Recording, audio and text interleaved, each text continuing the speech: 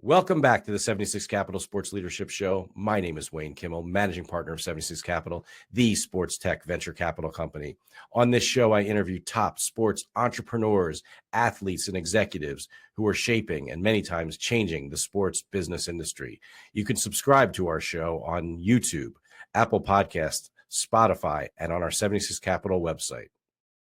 Welcome back to the 76 Capital Sports Leadership Show. My guest today is Jack Settleman. He is the founder and CEO of Snapback Sports. Snapback Sports has the largest sports account on Snapchat, and they are a leading digital sports media brand and creator platform that began back in 2017. Can't wait to hear the backstory of all that. And it's really impressive, all the things that Jack's done from the time when he was a student at the University of Texas, and maybe even before that. He'll tell the whole story to all of us here on our show. So Jack, welcome to our 76 Capital Sports Leadership Show.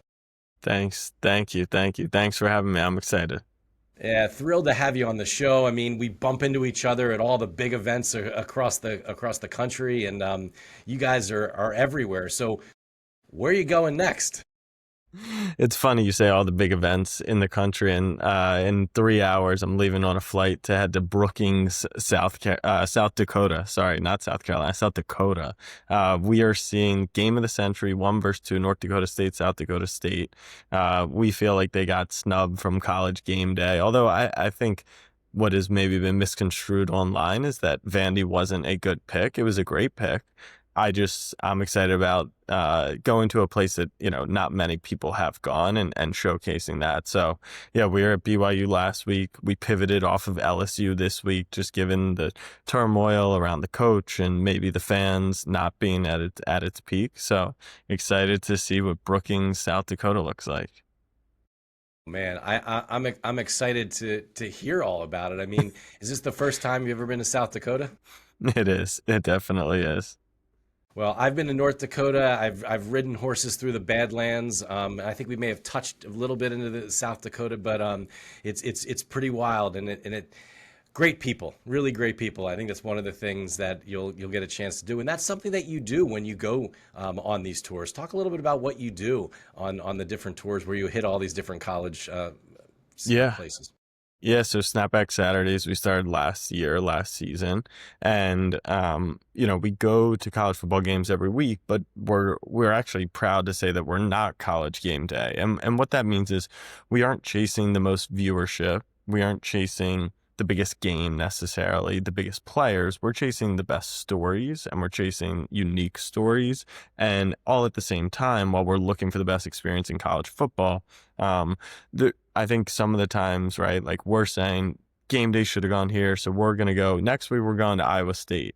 That's not probably the most unique story in the world, but we also need like markers, right? We need to know, okay, what does it look like in Ames? What does it look like here? So that we can compare and contrast. And so BYU, that video and ranking is going to come out this evening. It's going to be a big one. It's our #1 all-time experience ranking. And so what an experience is to us isn't the level of play on the field, it's everything around it, and that's just one factor of it. And so for some people, that's how good was the food. For some people, that's what's the proximity from your hotel to the game. And then there's also interesting experiences within. If I went with you to a game, Wayne, and then I went with my wife, and then I went with my friends, right, we have 3 different experiences, and we're all looking for different things. And so this past weekend, the core 4, so it's me, Dawson, Tim, and Casey. We were at BYU, and Holy War, you got the rivalry, you got the energy, you got the uniqueness of the Mormon culture, and for all those reasons, it just ended up being our #1 by a slim margin. But yeah, they claimed the throne. That's incredible. I mean, so when you talk about the food and you talk about the experience, so maybe what's the best kind of food that you've had so far on this trip? That's a good question. I'm going to pull up our rankings real quick just so I don't misquote it. But so here's another thing, and we like to be loud and proud about this, which is it's our experience, right? So you may go and you may feel completely different, and you might be at a different phase in your life. So for us, the highest food rating all time is Coastal Carolina, because they had the all-you-can-eat concessions and completely free with your ticket to the game. the food wasn't it wasn't A-tier food. It's hot dogs and popcorn, but we found that to be the best food offering.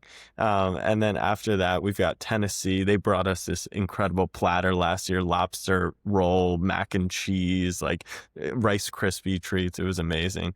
In terms of in like just but that was more of a VIP club experience. In terms of our top food, Hard Rock actually has some really, really good food, as does the stadium in Atlanta, Mercedes Superdome. So like you see two pro stadiums that were for college games, but at the same time, the professionalism clearly is something to say about putting out high quality stadium food.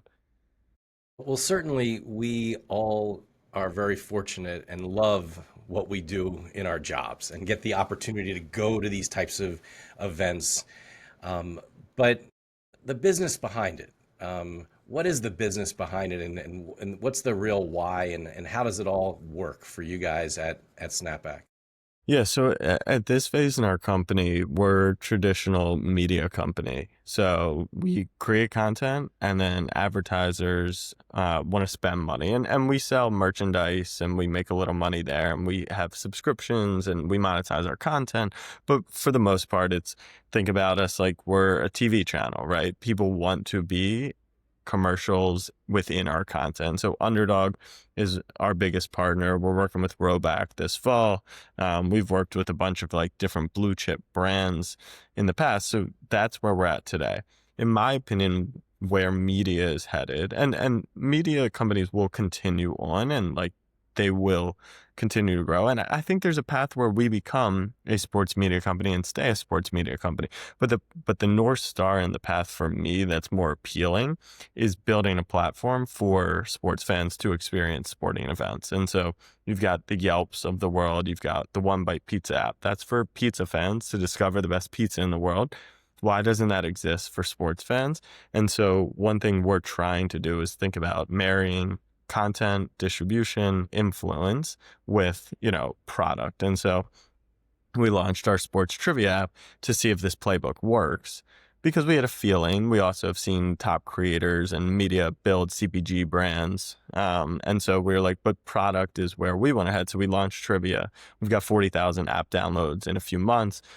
5,000 people are playing that game every day. We haven't even turned on marketing. We're still dealing with an app that design-wise is in its MVP stages. And so very early on, we're like, okay, this is working. We still got to learn that part of the business, how to iterate, how to get better, how to optimize, all the key buzzwords that, investors love to hear.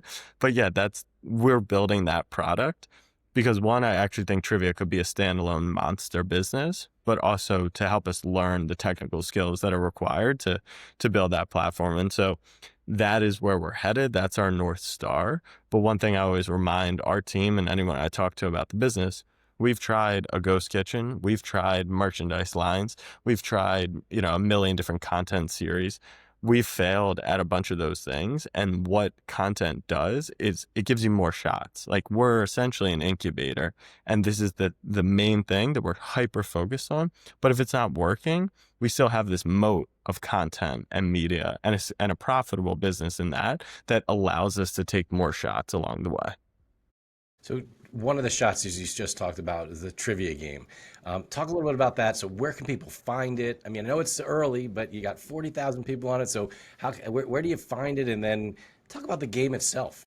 Yeah, so this stemmed from our content. So we sat down on the couch in the office. We started playing trivia. The viewership just skyrocketed. We went out to Radio Row, had a ton of success there. The athletes love it because they're competitive, right? And they jump from Radio Row interview to interview. They get the same questions, and then they come play trivia and they're like, oh, I get to compete. Like I get to be who I am. And so we saw that unlock. We did Big 10, Big 12 Media Day. We did stuff at Talladega alongside NASCAR. And so that content worked really well. And we were like, well, our comment section sounds like this. You guys don't know ball. You don't know ball. I could beat you. So we said, all right, let's build it and let's see, how people can do and if that's actually true. And so it's an obvious kind of flow. It's a single game. We show you 20 questions. You just type in who the player is or who the team is based on that photo. And that's just game one. I think this could go a multitude of directions, similar to anything in life. It's just what decisions, what road do we kind of go down? But a lot of the inspiration came from me actually pitching an engineer and a designer on Snapback Experiences. And he said, wait, so talk to me about this trivia thing you do. He was like, do you remember HQ trivia? And I was like, of course. And so I went down this rabbit hole. And what I actually learned through a podcast on Spotify was that the only reason HQ trivia, which was this massive viral sensation, as everyone remembers, they failed because of like inner workings, not because of concept, not because of product, right? And so I was like, okay, I don't want to start with live games because I think, in my opinion, if a company raises 5 million, tries to rebuild HQ trivia, the first 2,000 games are going to have like 19 people in it, and you're going to give away so much money. And I'm like, if we can prove, because the thing I'm most proud of, not that we haven't spent marketing dollars, we have because we pay our own employees who are marketers, but it's that we don't have prizing in the app. We don't even have gamification in the app. The only thing that you could really be proud of is like, we have two stats, which is like your best pull. So like 12% of people got this one right. You got it right. So it was unique. And then your worst one, your biggest miss, 80% of people got this. Hey, you're an idiot in a funny way. And so our leaderboard, we have to clean up because people can cheat it. And we want to, dial that in. But 40,000 people who are playing and there's no incentive, that if we now build the live game, we add prizing, we up the seriousness of the game, I think there's a world of potential there. So yeah, trivia is going very, very well. That's awesome. That's really, really exciting to hear that. I mean, when you think back of some of the athletes or different creators that you work with, who are some of your favorite ones that you've worked with so far? Yeah, it's funny, like the favorites, they all have one theme, and it's always shocking. And you obviously know this because you've spent your life around these guys. It's like, they're just like us. They're normal ass dudes. At least my favorite ones. There's definitely some special ones who are, off the juice, whatever they're doing. But yeah, I mean, Derek White, we recorded a podcast with in our early days. Dario Gumbawale, same thing. Kyle Hamilton, and like, I can just text them and like shoot the shit with them. Like I was texting Kyle yesterday because and this is what I mean by like they're normal people. Kyle Hamilton is probably 24, 25. He just signed a huge extension. So like he's set for life. He's one of the top players in the league. He did something because of Under Armour with Steph Curry. And like, I know the whole backstory of Kyle. Like he loves LeBron James more than anything. And he thinks he would have been an elite basketball player because he played in high school. And like, it's no different than me texting my buddies, like, I feel like I could shoot better than Steph on a random day, right? And so I text him, I'm like, who do you think's better? And he's like, I have to admit, after being around him, he's probably better at basketball than me. So like, it's a bunch of normal people. And I love the athletes who have been supportive of our journey and appreciative of their time for them to, because there's no doubt that we benefit from talking about them, from integrating them.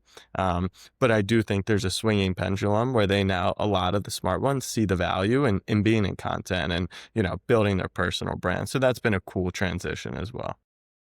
So going back to what you're going to be going to do in South Dakota, excuse me. Yeah. You get there, you land, and I've watched a number of your videos and social media. I mean, you guys hit the ground and you kind of start. It looks like you're just looking around, but what are you going to do first, and why? Here's the thing, and as someone who's been in scalable assets, for their career like yourself, I always joke that when I don't know if I could ever, raise money or pitch, venture capital or pitch investors, because the shit that I just believe in the most is the least scalable shit in the world. We're spending $5,000 to fly to South Dakota, and I'm going to meet 112 people over the next 72 hours. And we're going to have those 112 people. They're going to be Snapback Sports fans for life, right? They're going to be locked in. They can't believe that we're coming. They can't believe we're highlighting all that. And like, imagine pitching $50 a person. That's not a good business model. Like when we're talking about, you could gain 7 million followers over the course of the year if you're Bleacher Report year, but we're going through this period of time where community and passion, and that's really where the dollars are going to be. But I don't even give a shit about the dollars right now. I genuinely, like, nothing gets me more excited than going on a podcast last night for this. Like, there's these sickos in their basements for the South Dakota State Jackrabbits recording a podcast weekly. They have sponsors talking about this football team in the middle of nowhere. And like, that's why sports are amazing. No one is doing that for anything else in this world. And so, yeah, we do. I think if I could make up a tagline, it would be like, we do the unscalable, better than anyone else. That's what Snapback Sports does. Well, following up on that, I mean, who have been some of the most interesting people that you've met? I mean, this is like, just last week at BYU, coming from, I'm Jewish and we're going to Mormon country, right? So like, I'm just excited to learn. And then I'm spending time with a 3-time captain who's now, who is working his way, trying to get back into the NFL. He got cut from a couple teams. He's helping out with BYU's offensive line. And he's teaching me about Mormons and mission trips. And it's like, how could that not be fascinating to me? Then we've got, someone who grew up in the South his whole life and then goes to Hawaii, and we talk about like going from that culture to the most liberal Hawaiian culture and why he assimilated there and why it makes more sense and why he's so passionate about the game day experience there. So there's just, I wish I could pick one, but each week is a unique experience, and that's why I think that is my vitriol. And I don't even want to like act like it's that serious, but my vitriol to college game day right now is Vandy's a cool story. Once again, I have no problem with that. But Ole Miss, Georgia, you've told that story 100 times, and you're missing the heartbeat of sports, right? And let me not act like I don't understand why. Like, it's a business decision. Their ESPN's in bed with the SEC. They should be doing that. But at some point, the consumer's just going to be like, I want to go where the passion is, where that lies. And so we want to hopefully replace some of that when we can. So you also, what's interesting, I mean, look, the conversation you just mentioned, I mean, Jake Retzloff, I mean, who was the quarterback at BYU, now at Tulane, right? I mean, and being that Jewish quarterback there, and now, and now being down at Tulane, I mean, it's been, that was an amazing story, right? Yeah, 100%. Yeah, that was something that, and this is why I say, like, the disadvantage of being a startup company that's trying to, pave our way, and we do have to make money, is we scheduled out our seasons before the year because it saves us flight money, hotel money. We get to work with the schools, which saves us ticket money. Like, it saves us a bunch of money. And so last year, BYU was one of the stories in time that we wanted to capture, and we just didn't have that opportunity. And so this weekend, it was a rare opportunity where we weren't locked into LSU. We weren't doing anything with the school. We kind of felt like there was a little slippage there. So we were like, let's make a big pivot. But we're going to Iowa State next weekend. It doesn't matter if, the biggest game in college football comes out of nowhere. That's just what we have to do. Amazing. So I also know that you went to my home state of Delaware. We did. How was that going down to Delaware State? I mean, that was amazing. Like, I think the stories that, we didn't even maybe do a good enough job telling, but that Deshaun Jackson came in to the school. He's cleaning his office. He's like mopping the floors in the building because that's just the state of that program. And, there's other coaches, Mike Vick, right? And he's got a big NIL budget right now. And, there's been other former players. But one of the things we learned right away was like, Deshaun Jackson's coaching the skill players. Clinton Portis is in the running back room. You've got former NFL linemen, calling plays and teaching the trenches. Like, I'm not saying you're going to pick that over Alabama, but you've got some pedigree there that's absolutely qualified. And as Deshaun said in the interview with him, he's like, I don't even know how many of these elite offensive coordinators could call Andy Reid and say, hey, give this kid a look, right? So like the network effect is certainly valuable, and he's all in there. And it was also fun because we went right after DeMercado had dropped the ball at the goal line. So it was trending, and obviously Deshaun really started that whole thing, back in his playing days. So being able to ask him, okay, now that you're a coach, how does that like, what's the message? And he was essentially like, I'm a legend. I can do what I want. If you're going to drop the ball at the goal line, go score 100 more touchdowns like I did, which I found to be a funny response. But yeah, the students and the kids are so bought in there, and it was just cool to experience another unique experience. That's amazing. That's amazing. Well, I also saw that you're going to be a dad soon. I am. That's very exciting.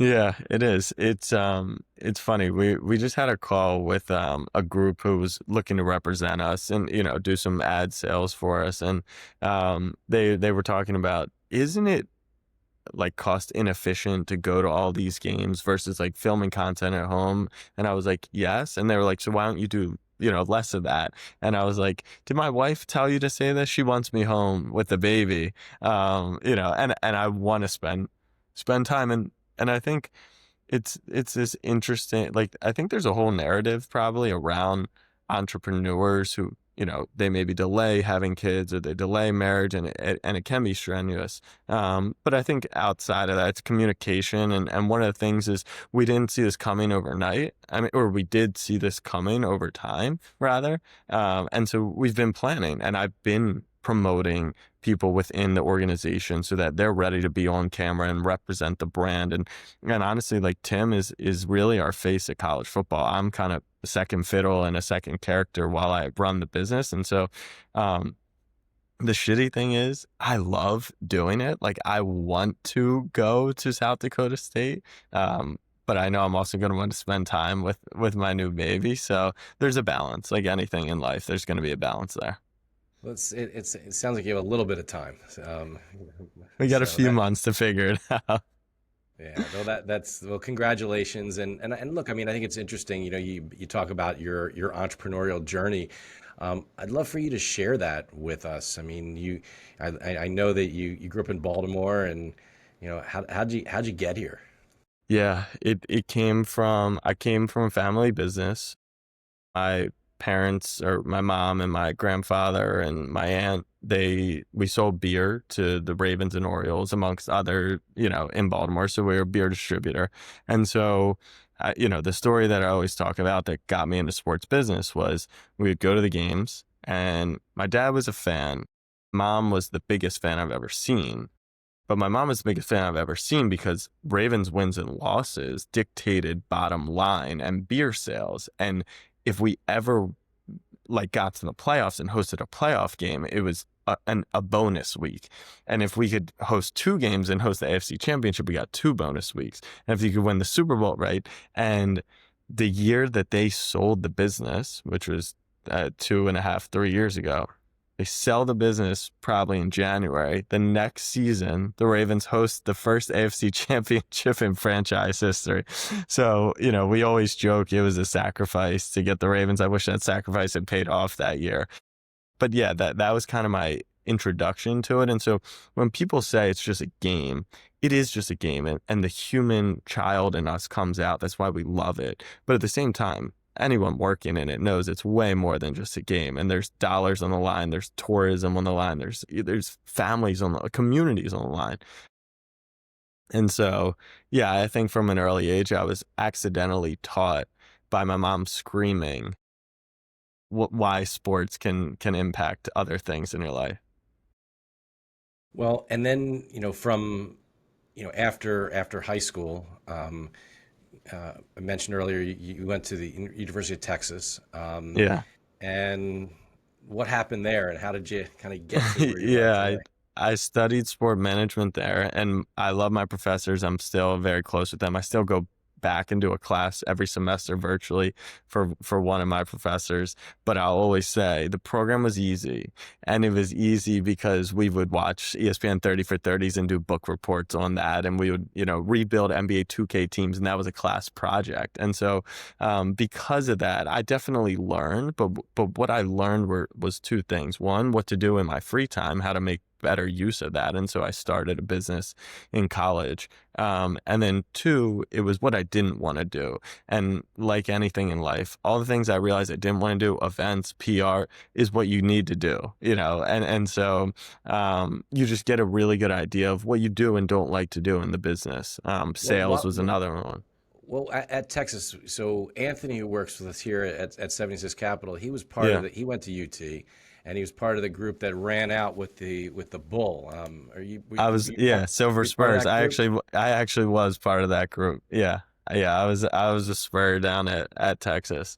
I didn't it's sad. But yeah, Bevo did pass away. There was a transition during my tenure. It was not my fault. But so we didn't really get too close with the new Bevo. But yeah, we were part of Spurs down there.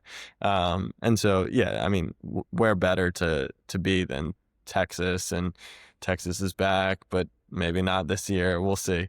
But yeah, I studied sport management. I was in that program, started a business, and then that business was selling phone cases, and we marketed through social media. And I was like, I'm paying this Instagram page $1,000. I sell $1,200 worth of phone cases. After shipping, product, customer service, I make $100, and they made 1,000. So I'm gonna get into the media side of this and the distribution side. And obviously, what you learn is similar to how athletes want to be rappers and rappers want to be athletes. Media wants to have product, and product wants to have media. And so I think that's kind of helped us realize, okay, build media, build distribution, but the end goal will be selling our own product, which, as we discussed, trivia today, experiences tomorrow, and who knows what in the future. So yeah, I graduated, went to New York, went to work at Action Network right as PASPA was repealed. So I got, fully thrown into that industry. I've been in that from the start. Worked at Whistle Sports for a few months, or for like a year and a half. COVID hit. And I always said, I mean, I remember doing the calculations. It's like about $300 a day. I said, if I could make $300 a day, I could make 100 grand.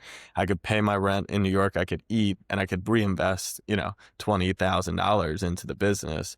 And so COVID kind of spun that, plus people learned how to do this, so content became easier, right? Virtually, you didn't need to be in person. We could interact with athletes virtually, so the podcast was doing really well. So we just got a bunch of different opportunities. I went full time in early 2021, and so now it's crazy to think it's been like 4.5 years full time, but it started in 2017, and so we're 8 years down. And so, the entrepreneurial journey, like any entrepreneur, the real story is you got to be in it for the long haul. You never know what's going to happen, but it's a long game. I mean, think about how long we've been connected for.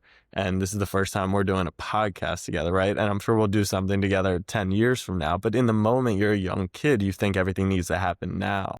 Well, we got to do a lot of things together, and I'm really excited to have you on the show and have this conversation and also expose you to our whole audience that we have here at 76 Capital, because look, you never know. I mean, like, that's the whole entrepreneurial journey that we're all on.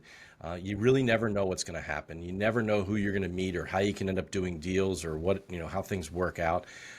So after South Dakota, do you have the rest of the schedule planned out as to where you're going, or?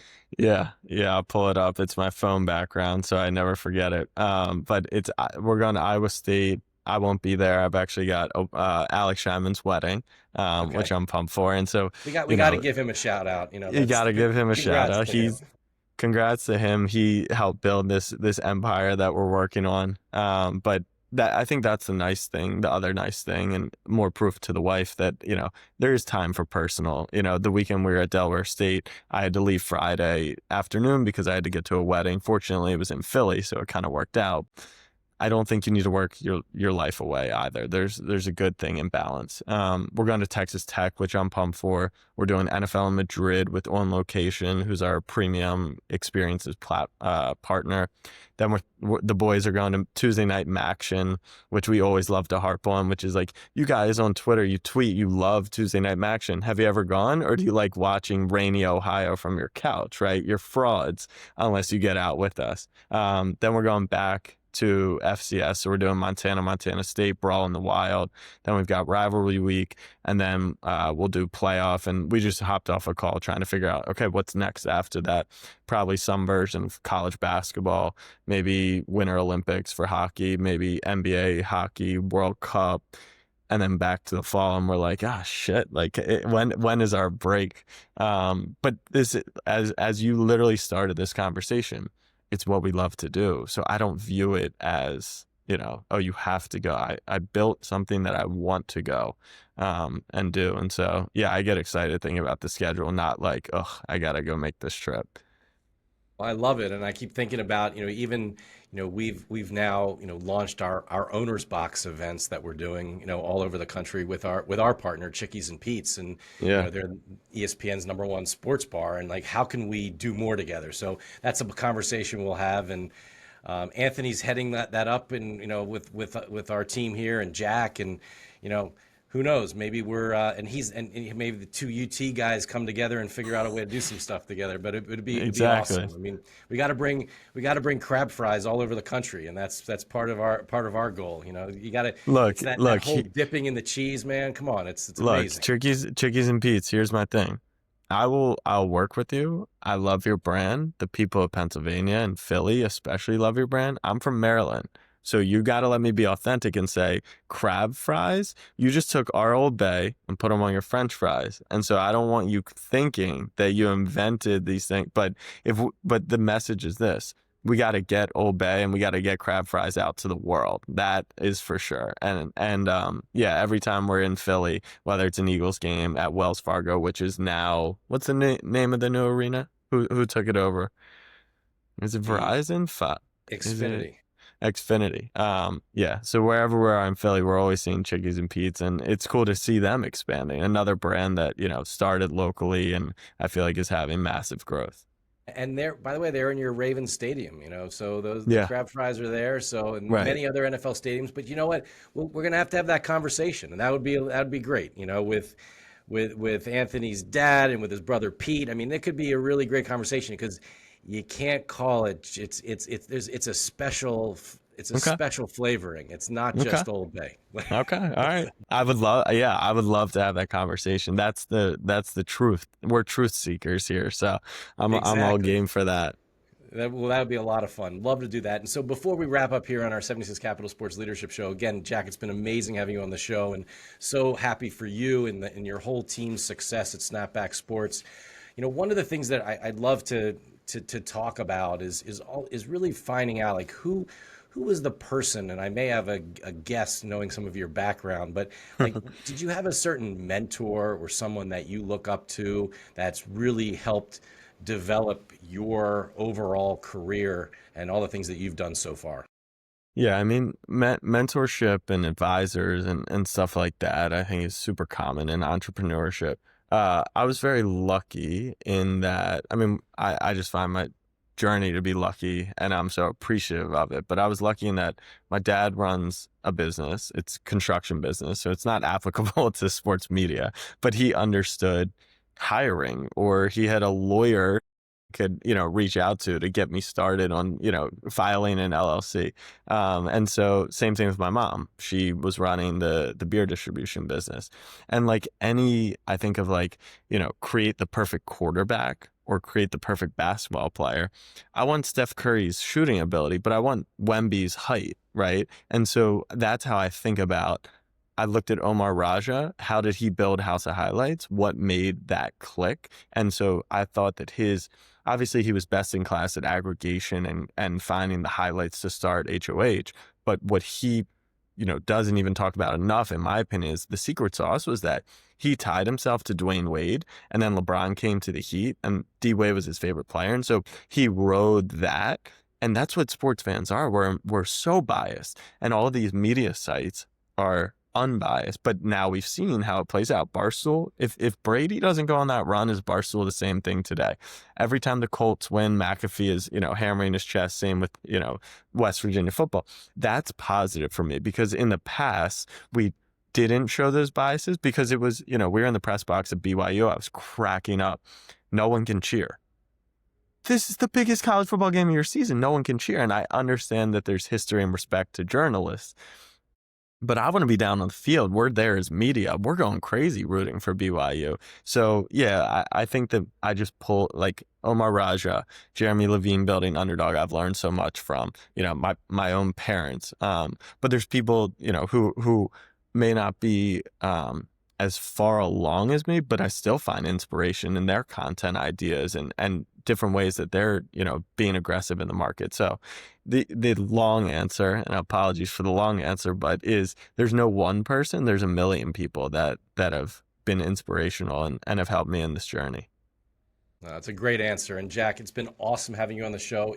It's the first, but certainly not the last. We have so much that we can do together. Congratulations on everything. Good luck on everywhere you're going for the rest of this year. And let's definitely stay in touch. 100%. Thank you, Wayne. Thanks for the time. On behalf of the entire 76 Capital team, thank you for joining us for this edition of our Sports Leadership Show. Please remember to subscribe to our show on your favorite podcast network or on the 76 Capital website. You can also explore the hundreds of episodes we've produced over the past several years on those same networks. And as always, go out there and make it happen.